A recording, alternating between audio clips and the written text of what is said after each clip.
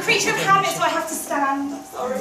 I'd like to formally welcome you, a hugely warm welcome to the University of Sheffield on behalf of the Faculty of Arts Enterprise and of the School of English. We'd like to welcome you to the university for tonight's very special event, which is to mark the Sheffield book launch of Desiree Reynolds' debut novel, Seduce. And many thanks for making the effort to attend. It's been pretty wet on the way out tonight. I thought quite appropriate given the kind of watery, porous nature of some of the things that we're going to be talking about tonight, potentially. And I want to also acknowledge kind of publicly the wonderful and warm collaboration that has emerged over the last few months. I received an email in December, just before Christmas, from Desiree directly saying, "I've got a book, would you like to read it? It's my debut novel." And I don't really know why I answered the email. I don't know why did you write to me? I have no idea. Why she wrote to me with? I don't know. Anyway, there was something intriguing from that moment. There was something. And I wrote to Hannah, who's also here, from People Take Press, there she is, who very kind of efficiently sent me a copy. And we agreed to meet for coffee. And it was a bit of a fated meet as well, wasn't it? Because we ended up in the wrong coffee shop. But beyond that, it was from the moment we met, there was something of a synergy in the vision that we had, and the commitment we both had to engaging with one another's ideas, but coming in to work with our students. And we're very lucky at the University of Sheffield. We have some fabulous and fantastically talented students, and some of them are here tonight. So I'd just like to recognise the great contribution they make to the life of our university. And after reading her novel, which I'll talk a little bit about, and Jeremy, her editor, is going to formally introduce that. After reading her novel, I realised there was something very unique about this work. And it was something about its voice, and something about its vision. And I felt very strongly that I wanted our students on the English Literature degree, to have the opportunity to read this novel, to work with the writer, and to reflect themselves on some of the really important issues that the book raises, issues related to race, to history, to slavery, to gender politics, to conflict, to family relations. And I wanted our students to read something that didn't sound like some of the stuff they've read in their core curriculum. And it was fantastic, that process of working together to talk with our students about how that felt, about how, in Toni Morrison's well-quoted term, that race magnifies the matter that matters. And it was key that our students, I want to call them mine, but they're not, they're our students, had the chance to reflect on themselves and how this book opened that door for some of really poignant and really powerful conversations in our classroom. So I want to sort of thank and acknowledge Desiree for her friendship and for the kind of journey that we've had. And hopefully this is the sort of start of an ongoing collaboration between the University of Sheffield and writers outside in the community writing kind of fabulous stuff that don't always have an audience for their work. So I'd like to now hand over to Jeremy, who is the editor of this novel, to formally introduce the author and the work.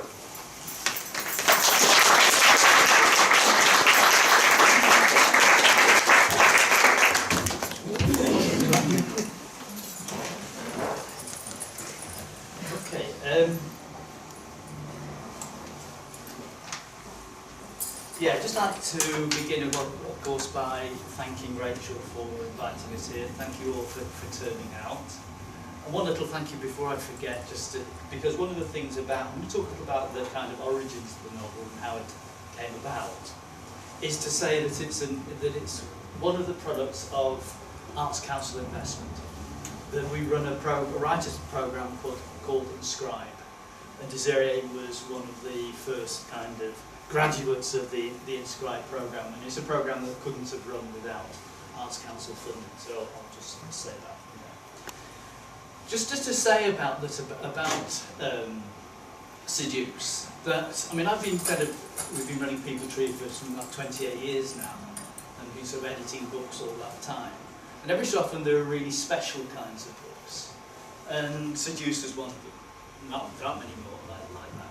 One of the things that made it special was mostly when you're a kind of publisher and editor, you get books at the stage where they are mostly complete, or at least their authors think they're complete. The editors don't necessarily think that. So the book Seduce came in at a much kind of earlier stage, a stage where the ideas were still very much in flux.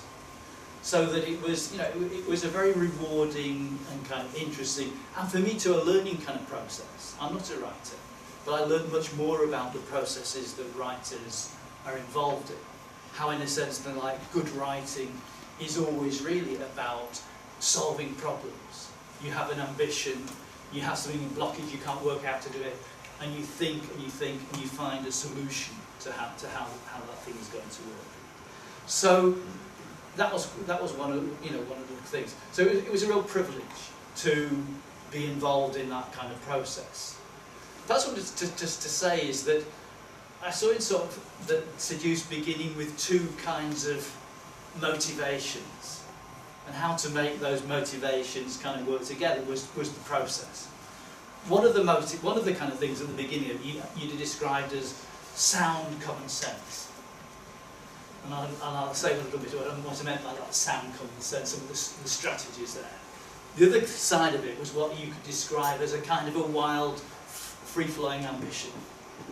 And how to make that free-flowing ambition realise as something that in the end was that could communicate to a wide kind of audience was the kind of thing that, you know, over the long period of basically of being kind of a sounding board for Desiree to come in and try things out and say, what do you think about this, what do you think about, you know, was an intensely rewarding kind of experience. The sort of sound common sense of it was the basic idea that she was going to write about an imaginary place in the Caribbean. So the novel is about an island called Church Island, which is a kind of little rock, fragment of rock off the mainland. Quite where the mainland, who knows. And this was a brilliant kind of idea because, I mean, on the one hand, it kind of connects into a kind of an interesting tradition in Caribbean fiction of the invention of imaginary islands. So that, for instance, that George Lamming does it. He has an island called I'm not sure what it is, but yes, he has an island. Nigel has an island called Isabella in the Mimic Men. John Hearn has a place he calls Cayuna. So all these kind of writers who are writing sort of foundational novels in the 60s and 70s are finding a way that they are creating a kind of often a composite Caribbean. So that Nightfall's place has elements of Guyana, has elements of Trinidad and so on, as a way of trying to address wider Caribbean issues. It's also kind of a common sense kind of thing, because these were people who'd left the Caribbean. You know, Nightfall had been in Britain since the 50s, he's writing a book about Trinidad in the mid-60s. He doesn't know the pulse of Trinidad any longer, nor did Lamming. So that they evade that mistake that some novelists have made, of imagining that although they're writing in Britain or the States, they still know their island intimately well. And they don't, because they get caught out at the level of language. Because what people used to say when they were there 12 years ago, it sounds ridiculous now. It's the things that old folks say, and it's not the language of the street anymore. So there is always that continual movement on. So there is a very sensible kind of thing in operating within that kind of imaginary territory. That you can create a Caribbean which is composite. You don't have to kind of sort of pretend to be bang up to date, and you can go through to the kind of essentials. So one of the things that Desiree does in the thing is to go through into the essentials. Though I know essentials is not a word one should use in certain kind of context, but to the essentials of what Caribbeanness might mean. The kind of, in other words, into so that in terms of exploring some of those kinds of issues that are present, even though people have kind of maybe second or third generation in this country. Those issues around, say, spirituality and the kind of conflict between respectability and enthusiasm. Or the kind of, as already mentioned, those issues that are kind of that have particular cultural forms, although they exist in all cultures. You know, in terms of contradictory definitions of gender behaviour. or in terms of the kind of the notion of where is the Caribbean in terms of its kind of Creoleness, where there is continuing contradictions between those inheritances from Africa, those inheritances from Europe, and all the other kinds of arrivals in the area. So those are some of the things that, by choosing that place, that Desiree frees herself up to explore in quite sort of fundamental kind of ways. And perhaps just to the other thing, just to recall, whilst we're in Sheffield, that one of the very great inventors of an imagined island was the late Archie Markham, who invented an island called Saint-Césaire. And Saint-Césaire is a totally invented place, and in the story he writes about it, it's invented for the purposes of conducting a scam on the United Nations. So there's this pretend island, they go along to try and extract funds for its development. And of course what he's doing in this story is recognising that the Caribbean, almost as a whole, was in the first place a kind of a European invention, a European colonial invention. So his Saint-Césaire, it has that kind of echo as Naples, Isabella, and so on. But then what he also recognises is it's the job of Caribbean people thereafter to invent for themselves kind of narratives that are their own. So they inherit that, but then they have the kind of both the burden and the freedom to invent. So I was saying, okay, that's the kind of sound, sensible bit of Seduce. And again, the idea that although Seduce is a historical novel, it's a novel which is set somewhat indeterminately in the sort of beginning, early 20th century. And again, this is a brilliant bit because it allows the kind of exploration of the fact that this is a place which has its own kind of history. It has a history of memory of slavery. It has a history of the fact that it's an island where they expel their white minority, and yet many of the ideas that the white minority left behind still exist in people's heads. So it's so that again it gets off the hook of trying to be historically exact, of writing that kind of conventional historical novel, but is able to get into writing a sense of how there is a group of people who are conscious of their past, who are conscious that they're at a crossroads of time. So that, for instance, I think one of the characters that Desiree will read, for instance, is the character Mikey. And Mikey is one of those characters, those very interesting characters. I mean, he's there in things like Lamming's in the Castle of My Skin, who becomes aware of those currents of sort of racial definition, racial self-determination, that is part of the whole kind of Garveyite thing of the early 20th century in the Caribbean. And Mikey touches in onto those kind of histories. So that's in a sense a sensible bit. Then there is the kind of wild ambition of the thing. And the wild ambition of the thing is to bring together this group of people at a wake and tell the story entirely through their voices. And just think about that. And that's the various challenges that goes through. So first of all, you've got the challenge of how do you make these people sound quite different? You're removing from yourself all those things about describing people from the outside, telling us how they spoke. All you're doing is getting inside their heads and having them speak. So there were major kinds of challenges that Desiree solves in terms of creating this group of people, all of whom have a different kind of voice, a different history, a different sense of themselves. That's one kind of challenge. Then the other challenge is, how do you make all that mesh together? You can do it like a puppet master and kind of play things. Desiree doesn't do that. She has people who I almost suspect she hears their voices, hears their stories, and then works out the kind of strategy of how you make those people mesh together. And there are lots of sort of deep challenges in how to do that. And I think she does it brilliantly well. I'm not going to tell you how she does it. You've got to read the book to find that out. Perhaps the put all this on paper, but I decided we'll just speak. The last thing perhaps there is that, is also the challenge, and this was kind of one of the processes the book went through. And I think probably Desiree might accuse me of kind of toning down some elements of the challenge. In a good way, I think. So, I mean, originally you were just going to get these voices, you weren't even going to be told who they were, and you'd have to, you know, you'd have to guess and work things out yourself totally. And I think what the book manages to do, that Desiree works towards, is actually, she never tells you what to think. There is never a narrator who's on your elbow telling you what's going on, why somebody's doing this, why somebody's doing that, and so on. But there are kind of skillful little signposts, proddings, clues that are placed through the novel, which mean, you know, which allows readers to get into it.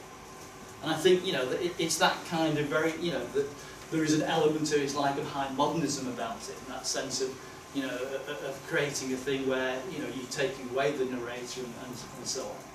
But I think at the same time there is none of the kind of, perhaps elitism sometimes of high modernism, of leaving readers to sink or swim.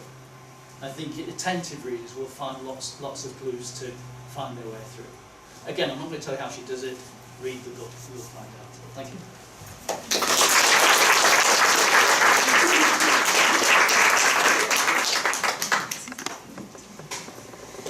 Is it me now? Hello. Hello. Hello. Thank you very much for coming out.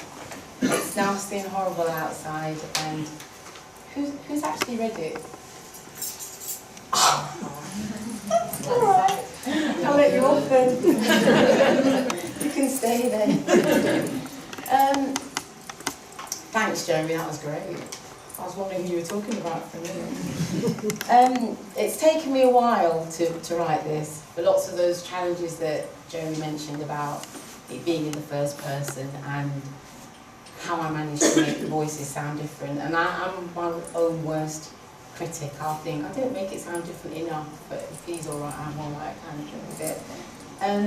But I just wanted to say thank you also to people that, all my friends are here, like everybody, it's a bit like a funeral. Or a wedding, you know, so much fun. But thank you so much for all the support and help I've had in numerous different ways. You've got no idea the little things that you've done for me over the years that has just contributed to me being here and you guys being here, seeing me being here, so thank you. Can't think of anything else now, so I suppose I better read.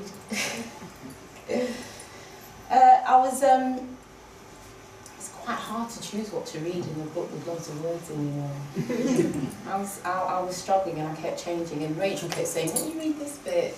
And Shirley kept saying, no, read that bit. So, as Jeremy said, it's set on a mythical Caribbean island. It's called Church Island. And I think it's quite difficult to kind of academize your own work in a way, but I think the main themes of the book probably are rebirth and reincarnation, gender politics, racial politics, politics of shade, things that me and my friends might get around and just chat about on the kitchen table for hours on end. And it's a woman's book, I think, and I'm quite happy to be labelled, for it to be labelled like that. It's a woman's book. Also, a few of my friends, I just want to quickly mention, a few of my friends are wearing red today. Can I say that? Yeah? Okay, a few are wearing red today because we thought we wanted to, in somehow, acknowledge those poor girls that have been stolen in Nigeria. And all the mothers have been wearing red, so we thought we'd do it too. Although I have quite a few conspiracy theorist friends, or people that think there's no point to it. But I think there's a point to raising awareness in some shape or form, and because we're here and we're talking about Seduce and it's about being a woman, and we don't know what's happened to those girls, I can't imagine what those families have been through, so I just wanted to quickly mention that. That's why I don't know. Not because we're quite cool today. It's just how we roll. Yeah, it's just how we do. Right, so I'm going to read the first 3 chapters. They really are short, don't worry. And a couple of, look, I didn't mark it either, look, so I'm just going to, a couple of them are the actual characters, and they start off with internal monologues. No, they start off with external monologues, that's talking to the rest of the people in the house, and they go into internal monologues, so you're not to know unless I nod or something, or look at you that they're going from external to internal, but I'll let you know. Still not getting old. In and around Seduce's house, beginnings. The day opens her legs to let the night in. It moves from a dark lilac to a bottomless purple. You wait for a moment to adjust your eyes, and against your skin is a smooth coolness. By the light of the moon, you can make out a large structure that almost blots out the horizon. You can't tell if it's a building or something more natural, a shadow, a greater darkness, just recognizable against the blackness. Clinging to the edges, you can see movement.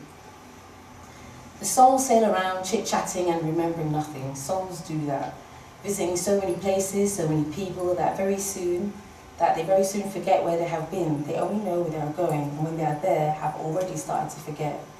They wheel overhead and cry loud into the dark. Feathers reflecting moonlight, sharp eyes watchful. They bustle and nudge each other. Some are bigger than others, some are quiet, but most are loud, and for those that can hear them, their squawking can be heard for miles. Their long claws grip tightly to the perches, and their small eyes look as if they are trying to remember. A gap on a branch becomes free, and several souls race for it. A fight breaks out, as often does at such times. They never know exactly when it's going to happen, that strong tugging that takes them back. Through light and the dark, the cold and the heat, and finally again the cold. Like mothers, they forget pain. A small one manages to beat others off the perch. This one has been waiting for the pullback, wants to go. Others are squawking loudly, but she pays them no mind. She has squawks of her own she's not ready to let go of. Sounds and trills, but she's tired and ready to get back. So that's the absolute most very beginning. I'll have a drink now and do Hyacinth. Because Hyacinth's kind of raw.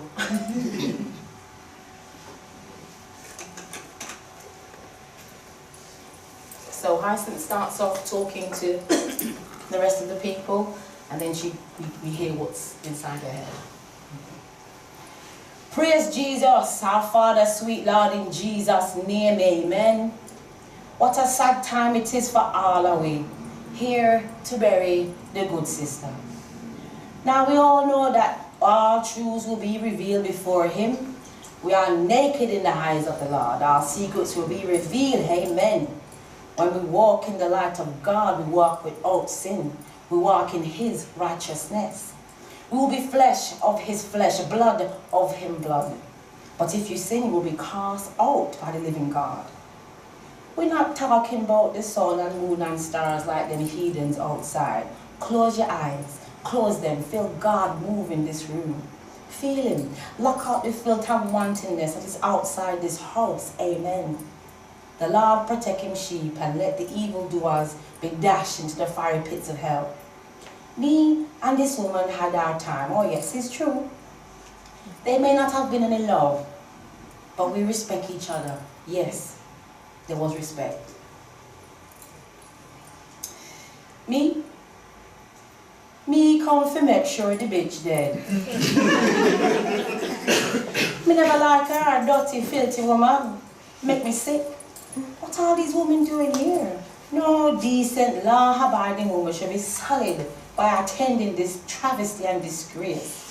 Me, like me said, me hear that she get ticky, and me come to make sure the old whore pass. You hear about these people? I lie she could be lying. Look, me swear her eye them a tremble. Watch her now. People eating food. Eating. How you can eat with that filth in front of you? I don't know why the coffee not wide shape, make me tell you. Too much cocky tracking a sheep. God forgive me, Mom. Me hear say even on the mainland, everybody know about she. One of the best known, well-known lampies ever. From when we did see her first twitching her tail around town with the other lampies, we know that she was trouble. That's Hyacinth. She carries on like that for ages. It's quite tiring. Alfredo, Clementina. So I'm sorry, I should have said the book starts out with the mourners talking about how Seduce has affected them, and then we get to Seduce later on. So this is another set of mourners, Alfredo and Clementina. Good morning, good afternoon, and good night. Well, we are here, that is for sure. I want to say, Clementina stopped pulling me. She don't want me to make a fool of myself anyway. Let me say, it's good to, well, that's it, I'll sit down now.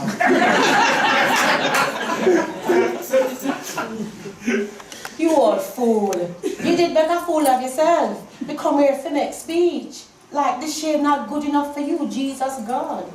Shh, my love. People will hear you. Don't shush me. Why are we here, Alfredo? Sweetheart, darling, sugar. It was, well, the right thing to do. Right? Right? Sweetheart, you didn't have to come. Of course I did. What you take me for? I remember the times, Alfredo, crying in my marriage bed, knowing what you was doing, where you was going. Baby, don't baby me. Do not speak to me as if I was one of your whores. My poor parents, if they only knew it was going to bring me so low. Darling, please, you're going to antagonize yourself. Oh, holy sweet baby Jesus. We not a dead house, at the whore funeral. If you ever met one of them duppies, follow me home and kill me and let you say, oh, sweet Lord, sweet Jesus. Well, it didn't seem not right to come. Stop crying, Clemmy. Sweetheart, darling, sugar. Alfredo, after everything he said, look at our little post office. Do you know how many people would kill for what we have? What for you want to throw it away? But darling, don't darling me. Coming home with our smell on your lips and our soul in your heart. Jesus, the depravity, the sickness, is a miracle that we have what we have, Alfredo. A shop, a post office, a house. Them people will take nothing of taken away from this. Why would you want to put that all at risk? What them doing? Peeking through your window? Do not bring up your depravity in your face. Shame, Alfredo. You have no shame. I just wanted to pay me respects. Respects? Respects you think such as she deserves respect and your God-given wife none? No, sweetheart. Then what? Well, I would think that God would be pleased with me because, well, it just was the right thing to do. Check she dead, exact. You know what they say about our family? I'm afraid of how strong you think my mother is. What? You said how strong you think she is. Well, I don't know. It's how you think me come out my mother as if me born this size. She will be dead. Well, she not dead, Alfredo, and me not born yesterday. Alright, but what is the worry? The worry. We have a good standing here. Our post office, everything my mother and father worked for. One day, 20 years ago, you roll in like one of the saints almighty, and you taught them to give me to you, me and the post office. You owe them and me. I need that you without them go make me forget it. What you say, Alfredo? Nothing, darling. You always saving people, don't it? What you mean? Me here say, Alfredo, me here say. And you know the mail inspector has come today and we haven't got the mail. I go pick it up on our way home. Well, he like everything ship. And he will be reporting I'm not in the shop. What madness has taken over the world when a man can't come to a funeral? Well, me thinks that we set free.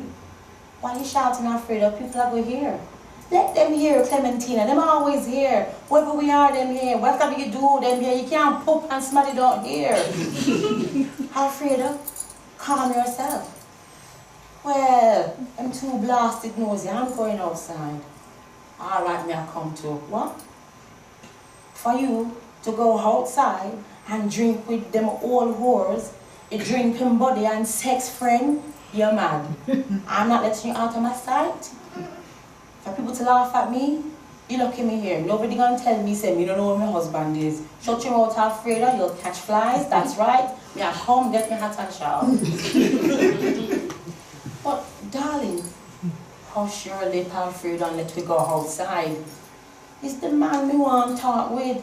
Oh, I see, relive whole times, laugh at your dirty ways. Clementina, staying here with the ladies. What people are going to think, eh? You out there with the man and the lampies, eh? Well, maybe I have a pint, but yes, dumpling. You know, something right. Stay here in the kitchen. Look, Gloria's made some tea. Don't go into that room, Alfredo. What is wrong with you, Clementina? The woman dead. You think she's going to seduce me from the grave? Are you talking to Alfredo? Are you talking?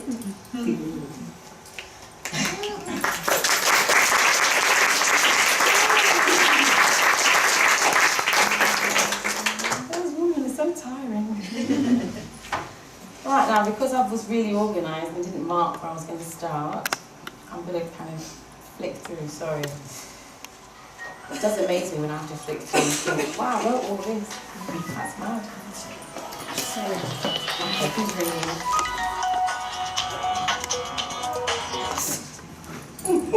Thought I turned it off. It's Sorry, all darling. I'm going to read a little bit of Mikey now, on the behest of somebody. Have a drink first.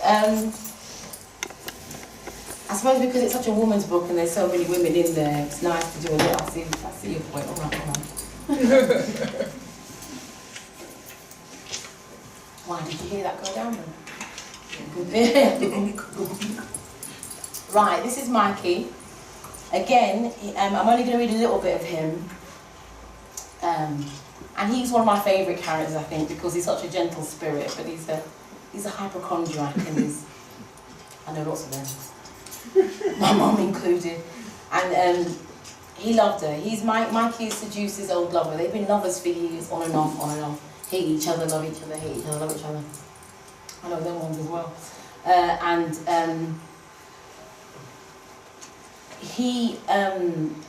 The reason why I wrote about him is because life for a black man is very different to life for a black woman. I think that's really obvious to most people that are within those communities. Life is very, very different for each, and I wanted to kind of put that across it and not just be all about women, so that's why I wrote mine. Okay, Mikey.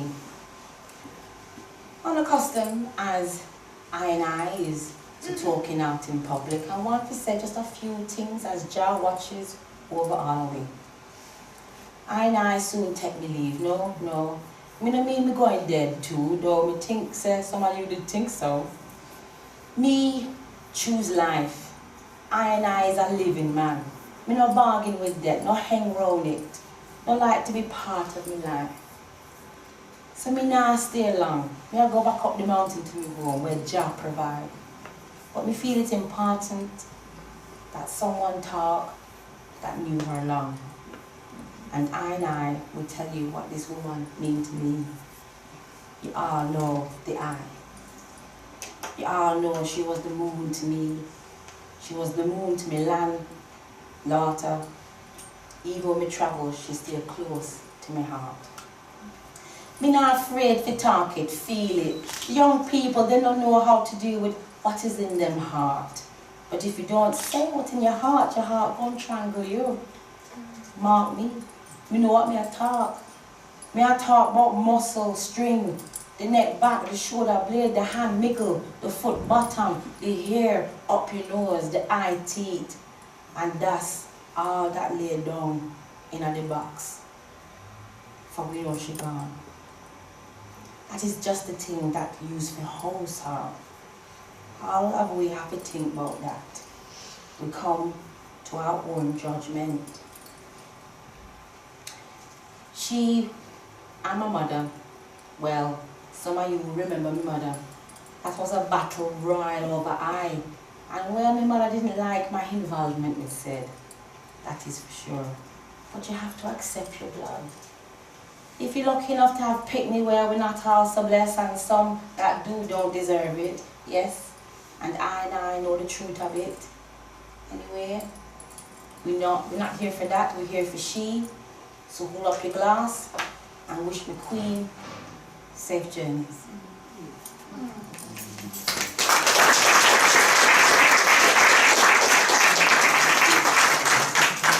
Don't have to clap in a row.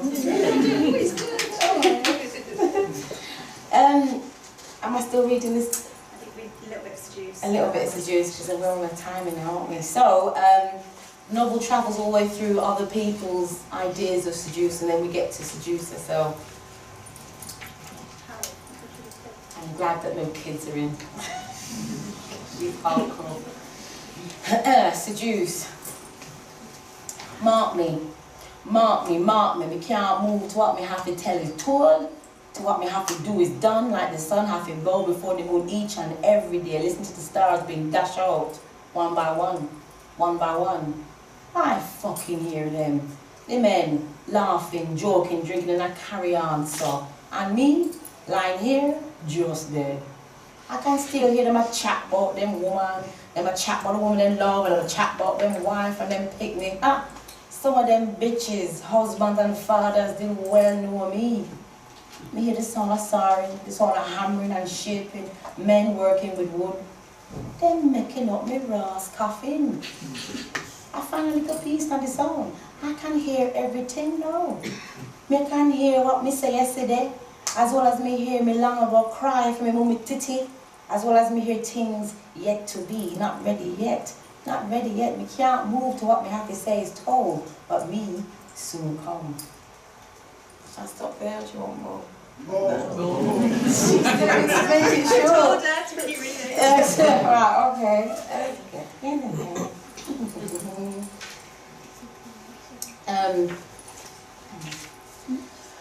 Don't know if even my lip a move. The men outside a drink to me. The lamp is there waiting. Glory have she church fools making some noise with them tambourines and whole woman high voices. But what they know about me, what Jesus know about me, make them stand. The good ladies of church have come to make sure me pass. Not yet. And let me remember say how we come to church and it's like no other Highlands and like none of them at all. Not rebellious like Jamaica, not surrender like Barbie, not confused like Trinidad, not mash up like Ghana, but mash up in the own way, confused and mash like no other. We come to church to live and die, paradise for some and hell for others. A halo of clouds surround we, keeping the breath in all your body hot and wet, cloud reflecting the land with the hills, mountains, peaks and valleys, dark secret tunnels, that are always still moving out yonder when we reach near them. Is where the mountains connect with the sky, that wind gathers the voice of the whole and the new, and run through trees and fling through hills and smash through rock and raise up the sound. Hoy! Hoy, said get a keen, hoy! And then we come to the house. My backside house for my sins, my mama's sins and my grandmama's sins, and for all that was before and yet to be, we have this house. Surrounded by creeping trees, built upon our backs with our blood, wrestle out the hand of the whole quack who treat every illness with the same sulfur medicine until him worn, bloated, crumbling face, the dead self. I did think the house, orange and pink against green land, look like the veins of a cooked parrotfish, running away from town, creeping up the hill. It's a house where dopey and memories fight for your attention in the dark corners, making up wholly sure themselves, but town catching up to us, in the way them always do. What will take the house first, the town, the dopey them, or the bush? Soon.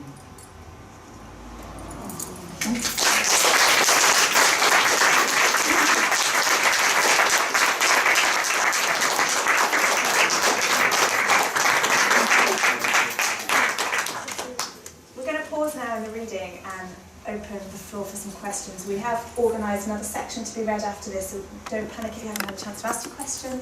We're going to do another smaller reading, maybe for 10 minutes, and then have some final questions before we leave. So now is the opportunity to respond to what you've heard. If there's anybody who would like to ask something in particular. Yeah, go ahead. Stupid question really, I suppose, because if I was thinking like you do, I wouldn't know what a lumping is. What is it? Great, that's not a stupid It's not a stupid question, it's a good question. And it What's just... the question? what are the lampies, or who are the lampies? And that just shows that I didn't introduce the book properly. That's all, so that's a great question. I'm sure loads of people are thinking, The Lampies, I just want to say. I bet you better off you are. The Lampies are a group of women who are like a community amongst themselves. And in order to survive, they cook by the seashore and sell their food across, well, mostly to the sailors.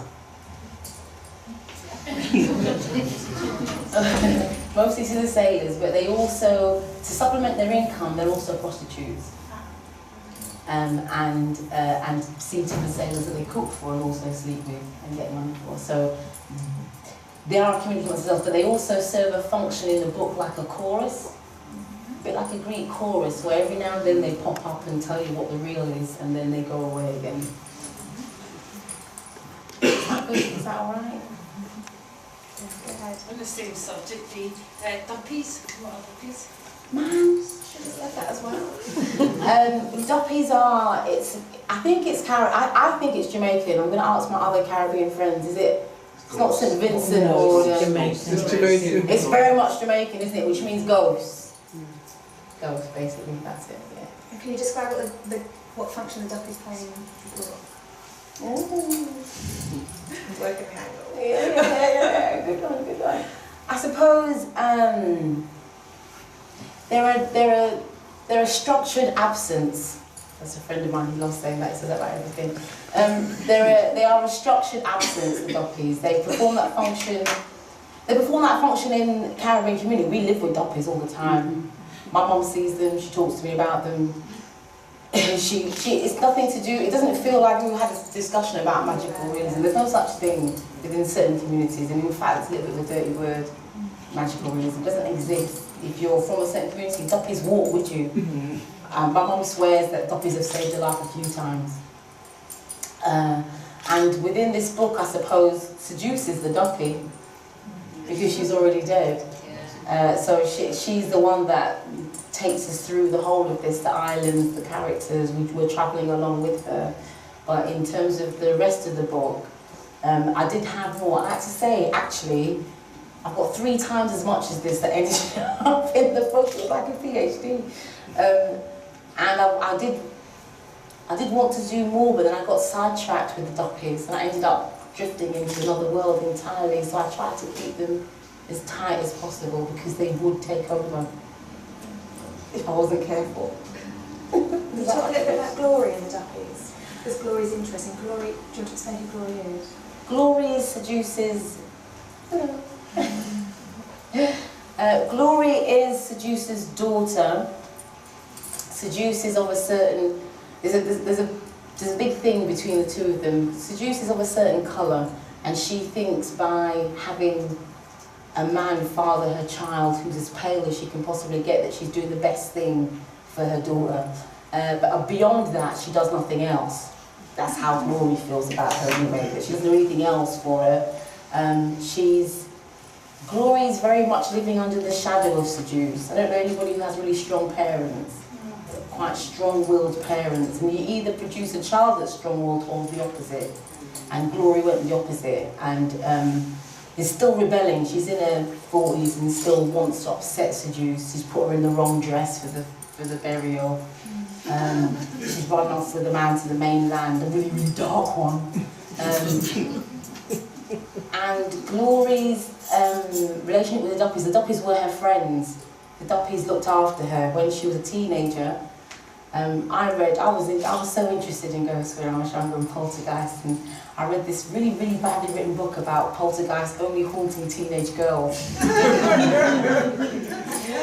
Just as you hit your period, that's when they meant to come. And I remember like terrified for about 5 years. But duppies are supposed, no, I really was, I'm not well. So duppies are supposed to, they're meant to make, they were there for Glory's friendship really, because she didn't know anybody, and because the town itself is very hierarchical, the daughter of a prostitute wasn't welcome anywhere, so the only friends she had were the duppies. And whether they were in her head or real, we don't know. I've left that deliberately ambiguous. I think there was another question. I'm just really interested how the characters came to you, whether it was somebody you saw or whether the voices that you heard. How did you The voices are I suspect she really hears those voices. He knows. It's a combination of lots of things, because you're writing, aren't you, Linnea? So I know that it's it's a good question, because I can see a colour and that will take me somewhere. I can hear somebody speaking in a really strange voice and I think, oh, that's interesting, and that will take me somewhere. I think Seduce just came to me, and she lived with me for many years before I even put it onto paper. It wasn't very useful for the people around me. She's so moody. But she's lived with me for a long time, and I think she's a combination of perhaps nearly all the women that I know, which is weird, isn't it? Because it just means that all women I know are harpies, but they are really. All women that I know who are strong and who are seen as being capable. I have a wealth of aunts, and every single one of them is in there somewhere. One of my favourite aunts, her line is copy track, love that. She says it all the time. And cocky track, which is oh dear, awful now. Cocky track, which is what's left after a man falls out of a woman. She says it all the time. I love it though. I think it's amazing. How did who would have thought of that? It's just, where did it come from, Auntie? Don't know what you're talking about. So I think it's a combination of lots of things, and you'll find it yourself, Leah, that things will just come to you as you. And in fact, who are the other students? Some students here, aren't there? Right, Luke, get your hands down. Don't want to say anything actually. But it's good to keep a notepad with you at all times. Anything that will come to you, and you can amalgamate that into any kind of story. Anything wearing red today. Thank you. And speech and language and colours, noises, sounds, things just come to me in that way. And I'm not a very, as Jeremy hinted at, I'm not a very structured writer. I haven't got like chapters that I know what's going to happen in this chapter, and I don't know I literally don't know what's going to happen. I write, and I turn up at Jeremy with loads of paper going, what? Look. Help me sort it out. So yeah, does that answer your question? It's kind of, it comes to me in a variety of different ways. Thank you. Yeah, another question back. Yeah, and obviously there's strong dialect throughout the book, so I thought it was great, and especially like the way it's all the way through, like stuff like Their Eyes Were Watching God, where it sort of switches into that normal, well, not normal, that's bad. Oh, she's tell been drinking today. It switches into sort of your white middle class dialect for the narration, whereas you sort of keep it all the way through, which is great. And is there a particular reason though that some characters' dialect is stronger than others? And was it difficult switching between those dialects? Like, yeah, that's a good question. Look, the brilliant students at the university, he's one of them. Oh, I remember you. I'm not going to tell you why though, but I remember you now. I'm trying to, as Jeremy said, I'm not saying she looked like this, she wore this, she felt that, because that's not how we think. In our own heads, we just are. So having to get across difference meant it had to come through their voice. So that's why there's a difference in how they speak. Like Pastor Collins he's a bit more Englishy, because he's been away and he's gone to seminary and he's a bit more educated. So I've done that on purpose to indicate who they actually are. Time will tell whether I've succeeded or not. Jeremy thinks that, but I always think, oh, I should have said this or I should have said that. But that's why the change in the dialect for each character. So it was quite difficult to do, which is probably why it took me so long. And I forgot the other question, mate. What was another bit? Yeah, was it difficult switching between them? And yeah, was there a particular reason? At certain times it was well tough. Yeah. At certain times I'm like, wow, Seduce, stop talking to me now. Mikey needs to. And it is like, because it's first person, it is like acting on the page. So like I say, it's probably quite difficult for people around me when I was writing a particularly difficult bit. And sometimes it was very, very easy, which shows you that I'm a little bit schizophrenic. Any question from Frank? Well, a bit of a two-point question, really. Would you take any characters and write more about them or make their stories into a whole novel? And just as someone who heard bits that are now not in the book, are they going to somehow make an appearance, some of the brilliant things that didn't make it into the book? Yeah, I don't know. That's a very good question. Somebody said to me, somebody who'd read an early draft of it went, where's that bit where there's a body in a tree? I'm like, oh, it's not there.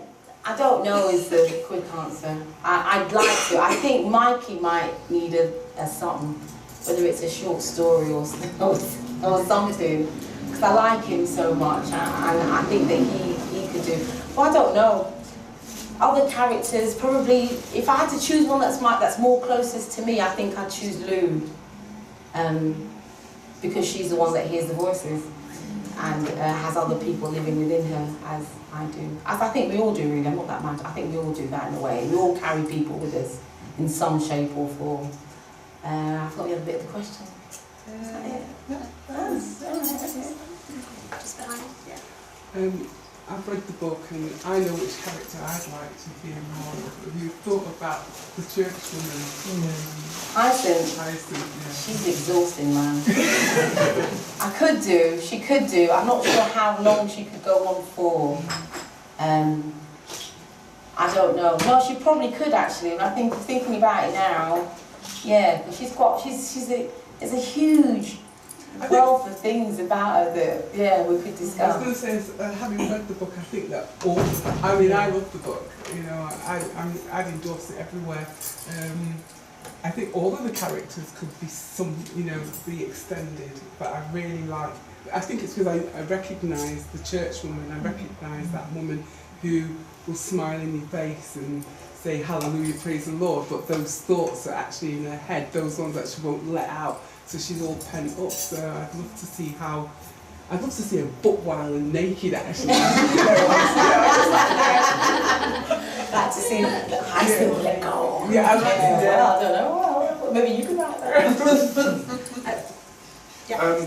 I've not fully read the book, I've read the first 4 or 5 chapters, but what really strikes me is the fact that from what I've read so far, there's no clear villains or heroes. I guess all of the characters speak for themselves, and you've left it quite open for interpretation. There's elements of every character where I feel that's human, that's like this person that I know of, that could be me. How difficult is it as a writer to actually write in such a way that you leave it for the reader to, because often you hit over the head, this person's the villain because they behave in this way, and I guess people write to that particular typecast. How do you get around leaving that open for the reader? Very good question, Reese.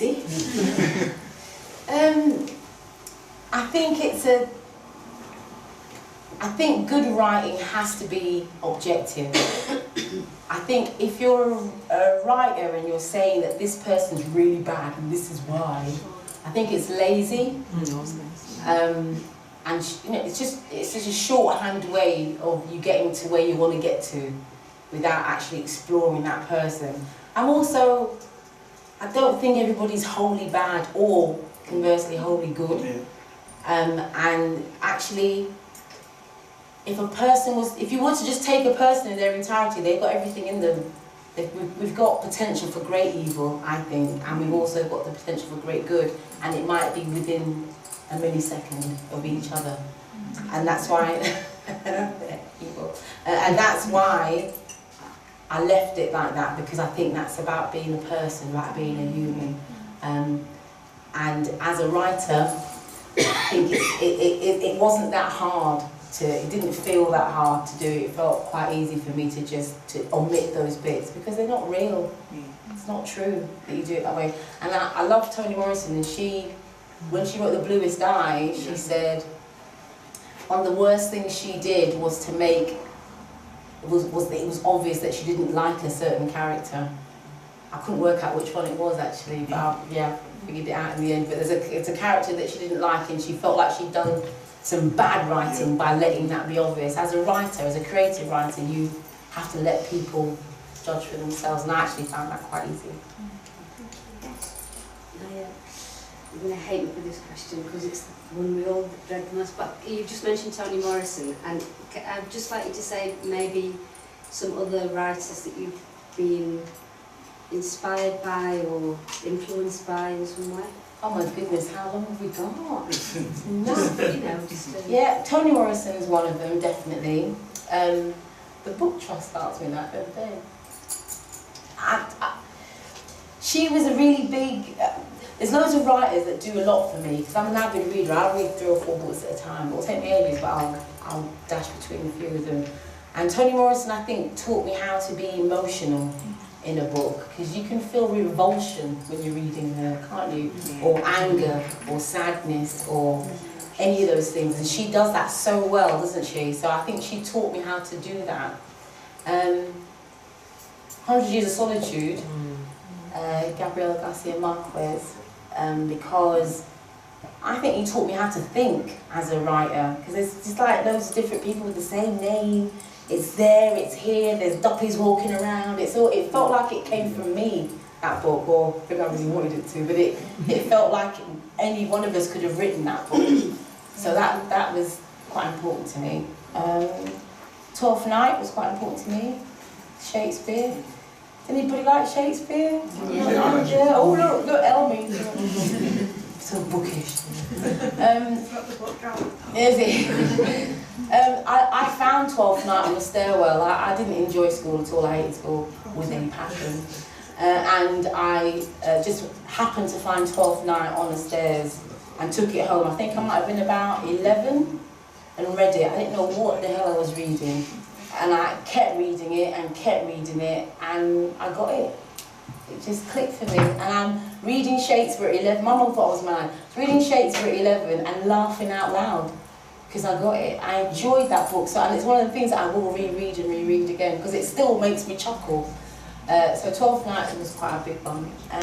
And The X-Men. Yeah. Because I'm a comic nerd. And I love comics, and I have an older brother who used to pass on all his comics to me, even though they were horrendously racist and misogynistic. I didn't notice that. I just noticed like women kicking ass. Storm's my favourite character, although she's rubbish in the films. We'll talk about that. But in the comics, she's amazing. So yeah, I'm a comic nerd. I was going to take one more question. We had a question behind, didn't we? Lady in the jacket. Did you have a question earlier? We're going to come to, and then we'll read, and then we'll have some. I haven't read your books. I might be wrong, but are there any children? I know there are older children in your book. Are there any younger children's voices in it? No. I had to think there, because there's so many of them. Oh, that's very complicated, Julia.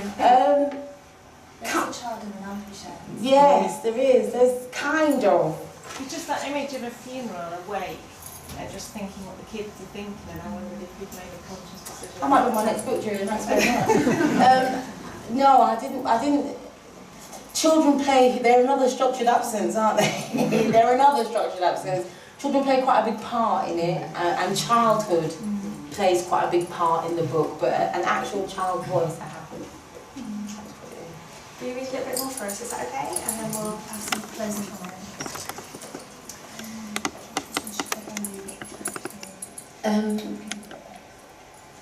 How are we doing for time? When are these? 7:05. Are we going to finish in what? 15 minutes or so? Okay.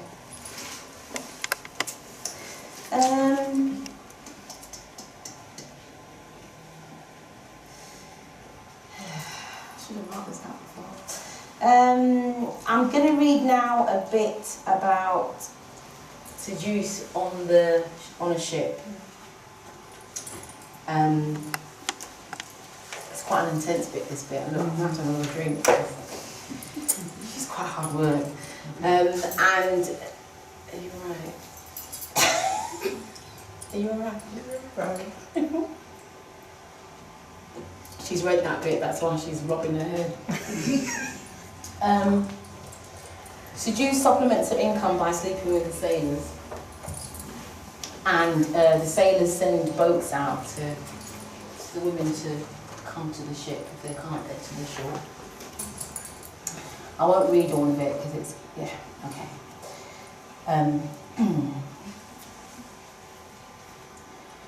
Make me tell you how it was in them lampy days. The sailors used to send a little boat for us, little boat.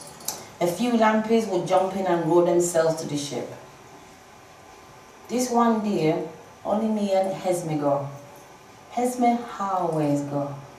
The men was waiting and we climbed up the ropes and then pull us in.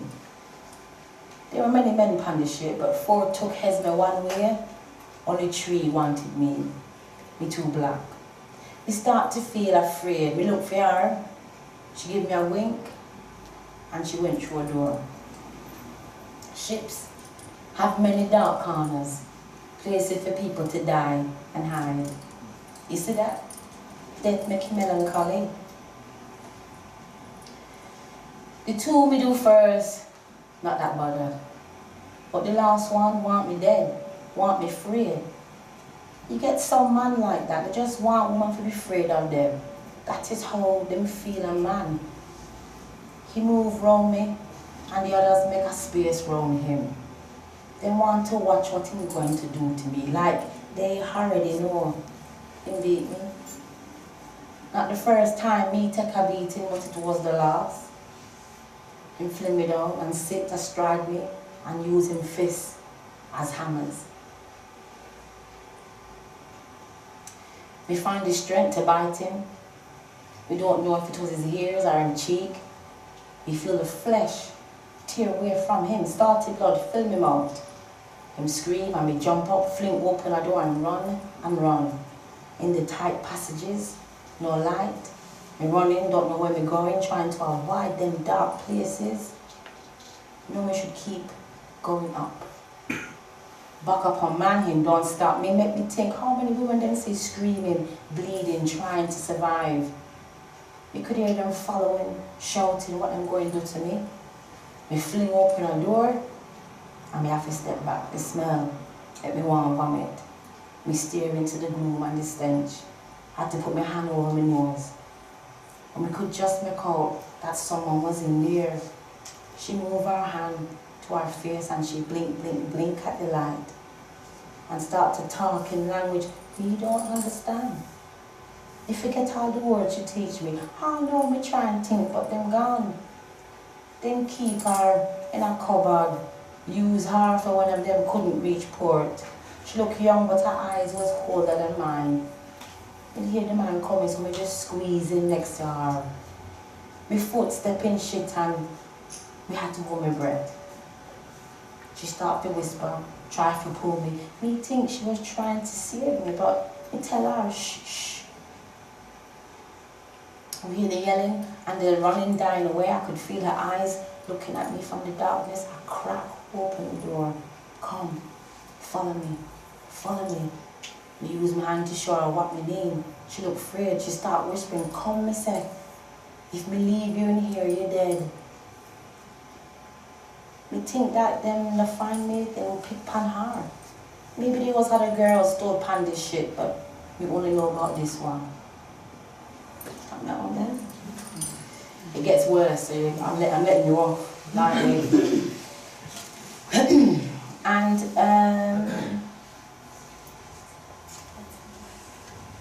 okay, thanks. This is Lou now. Lou is Seduce's granddaughter. And as I said before, she hears voices. She believes that she is channeling the spirit of her ancestors. And she's disconnected to the rest of them, and at the same time, ultimately more connected than any of them. And she talks in the we and us. We in and out of here, this pile of dirt we call home. Must see ourselves as we his. And he was the only one that saw us. Pain is a wondrous thing.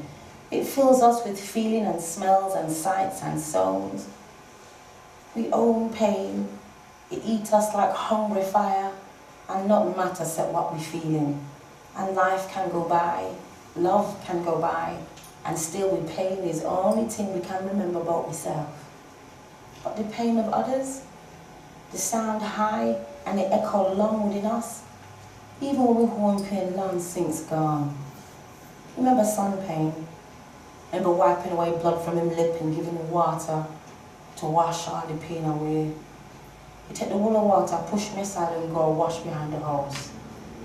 One time we find him tied to the man trap outside. His feet look burned and his eyes look like them lost all them humanness. He looked like an animal. He was ever watchful, but could not find who hurt him, my brother.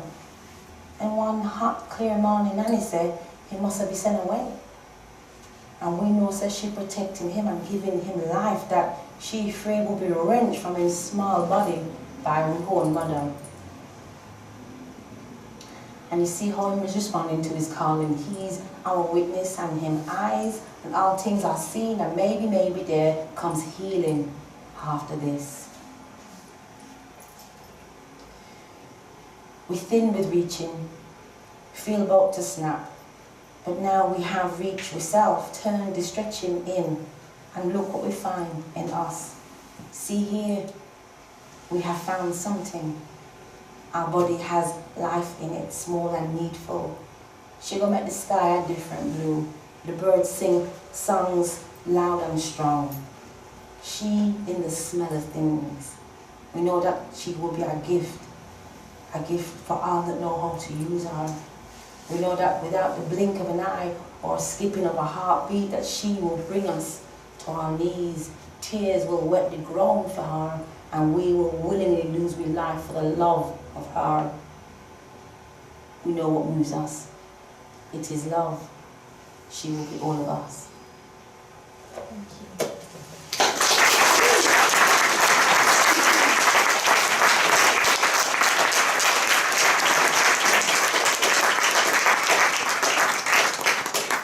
Two different sections, two very different tones, two different visions. Rather than me ask a question, I think you had a question at the front, didn't you, that you wanted to ask last round? Do you want to ask that now? Well, it was more of an observation of when you were asking Desiree about the inspiration. I was thinking back to Jeremy's introduction and placing you firmly within that whole Caribbean literature tradition, you know, with Lamy and do you feel that? So, you know, very much. Do I feel like a tradition? Yeah, sorry to interrupt, yeah. Do you place yourself in that tradition, or what are some of the difficulties of being kind of, for want of a better word, marketed or kind of orientated in different genres? That's quite, yeah. I don't feel like I'm part of that tradition. No, I don't feel like I'm worthy, if I'm honest, to be part of that tradition as yet. I think I need a body of work. I think just like not just dash that one book, you need a tradition. I need a little bit more than that, probably. I do feel conscious of it though as a history.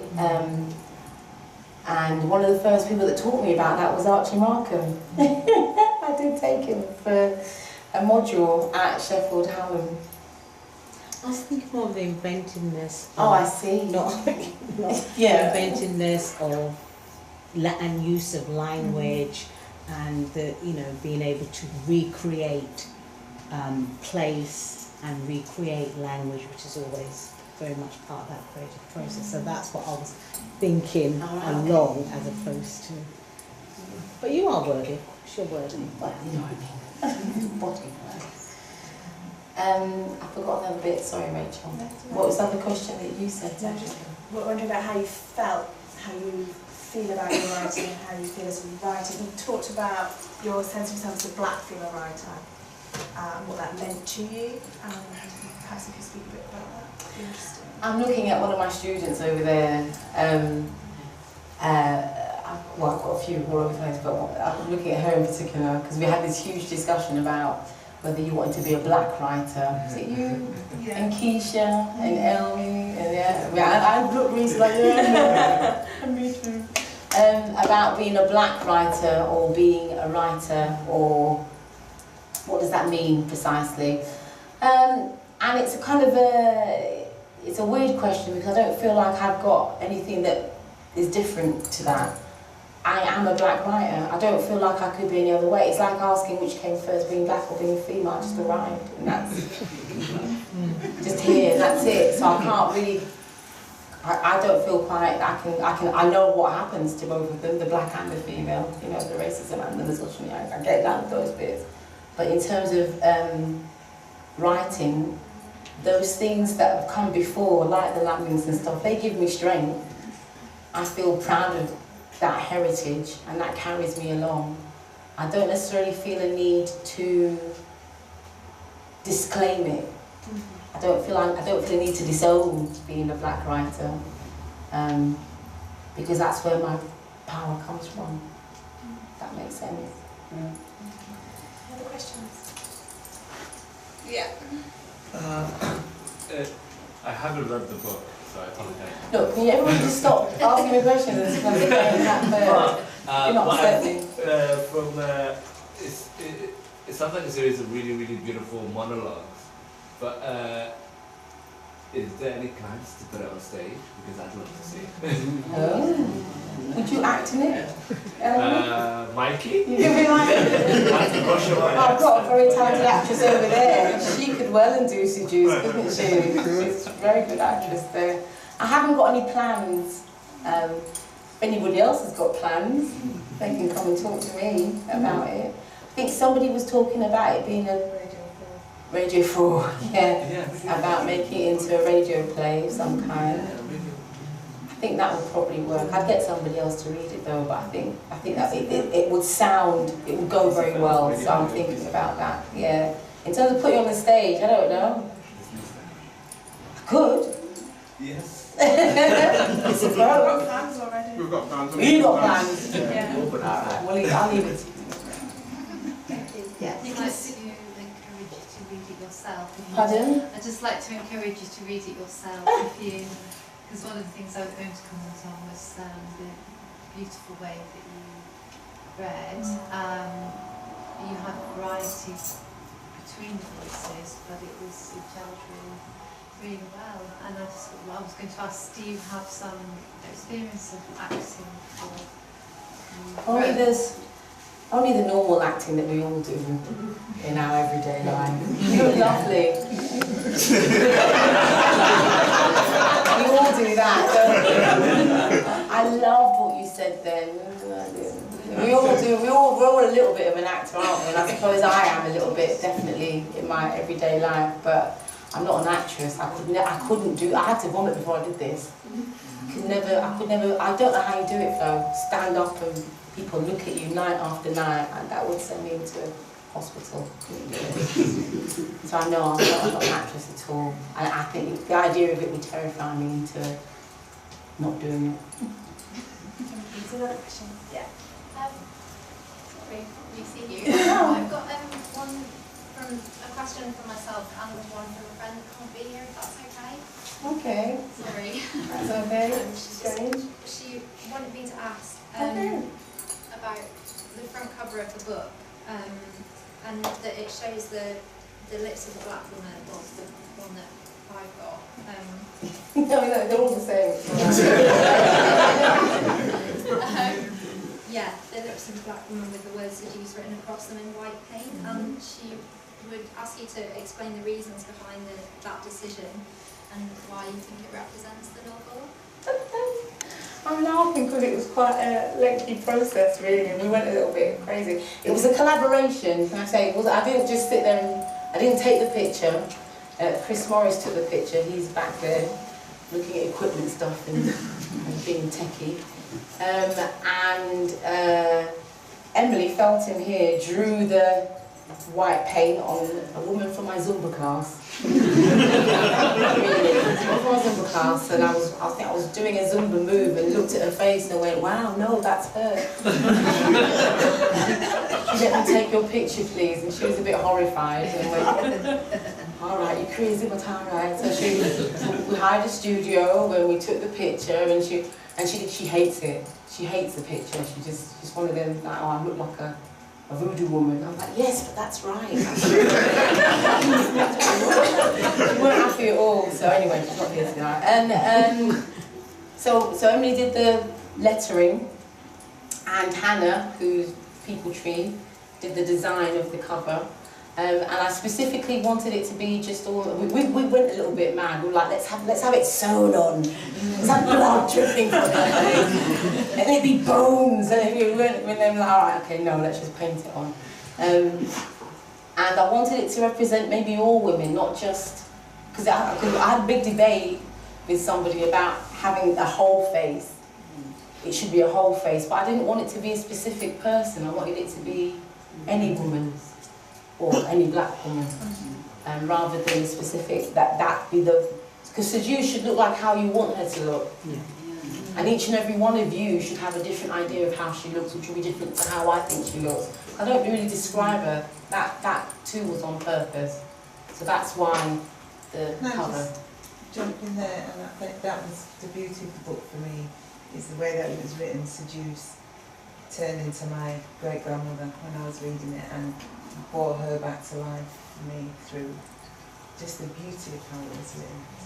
So, thank you. Do you want your second question? Then we've probably Yes. got time for maybe two or Yes, three. sorry, what was the second bit? I didn't quite... Well, I think the position of women in the novel is really interesting. And, Students, she's good. I wanted to ask about, obviously you were saying for you and in the Caribbean culture, the Duppies, the ghosts, they're part of the life. They're not. It's not like it's real and not real. But in terms of the book, how does using, I suppose, the like unreal elements, if I can call it that, help you, like setting it on an imaginary island and taking it kind of outside of the like real world that everyone knows about, help you portray their kind of position? If that makes sense. That's quite long. You might have to see me afterwards to answer that one. I think first and foremost we have to discuss what we mean by real and unreal, and what is real or unreal to you will be very real to me. So I think that's something that we have to kind of get out of the way. And as in Jeremy's introduction, a kind of history of a Caribbean island, and the idea of making up an island. I just wanted my life to be easier. I'm lazy.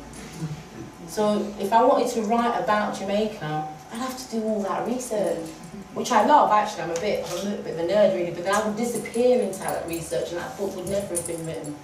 And I also felt responsible in a way that if there is a book to be written about St. Vincent or Jamaica or Grenada, it should be written by a writer that's there and living there right now, as opposed to me who, obviously from the diaspora, but not there. I thought that was quite important, so that's why I made a decision that it should be a mythical. And then it just freed me up. I could write whatever I wanted to, because I'm a little bit of a control freak.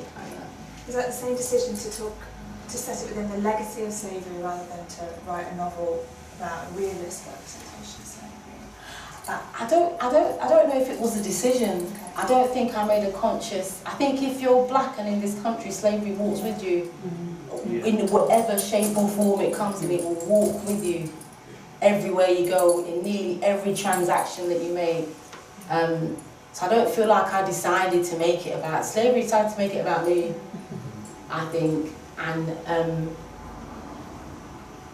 operating in this country in a kind of, I hate that term, post-colonial.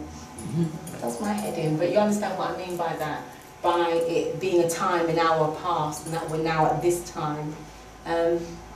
You're concerned with the legacies of slavery and how much they still affect us and how we are still fighting those legacies. Both white and black communities are fighting those legacies, and I don't feel as though it was something that was far away from me.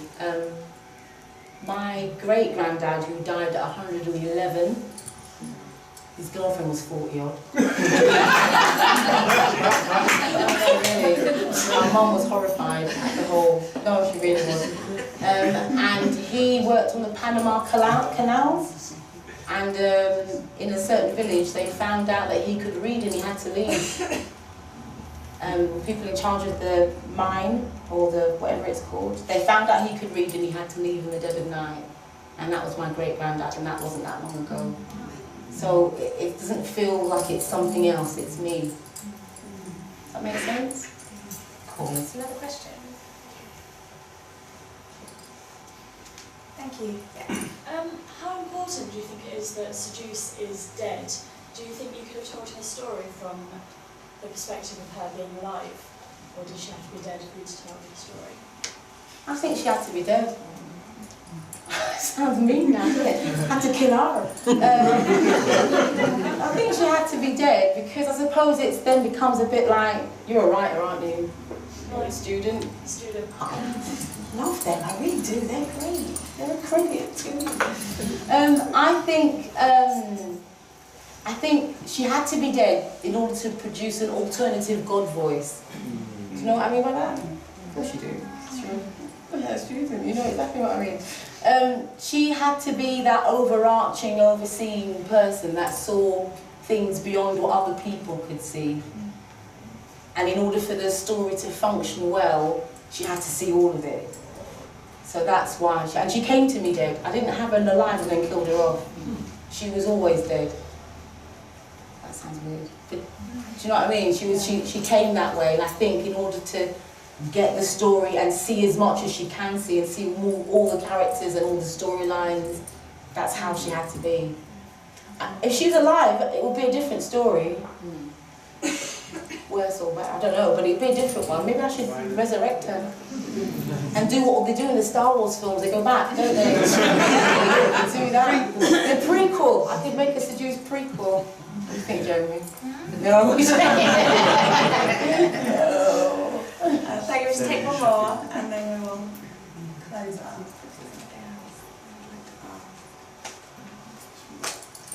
Has your mother read the book? No. Will you make her? No, I'm not talking to her. No, she couldn't get past the first line. Snapped it shut. Has your mother read the book? Has my mom read the book? She couldn't get past the day opens her leg and it was Jesus God. Are you right? Something like so. But at the same time, she's very proud of me and she Googles me all the time and she'll tell her friends about me. But she hasn't, you know, and I don't think, do you know what? She's very sneaky, as mums are. Very sneaky.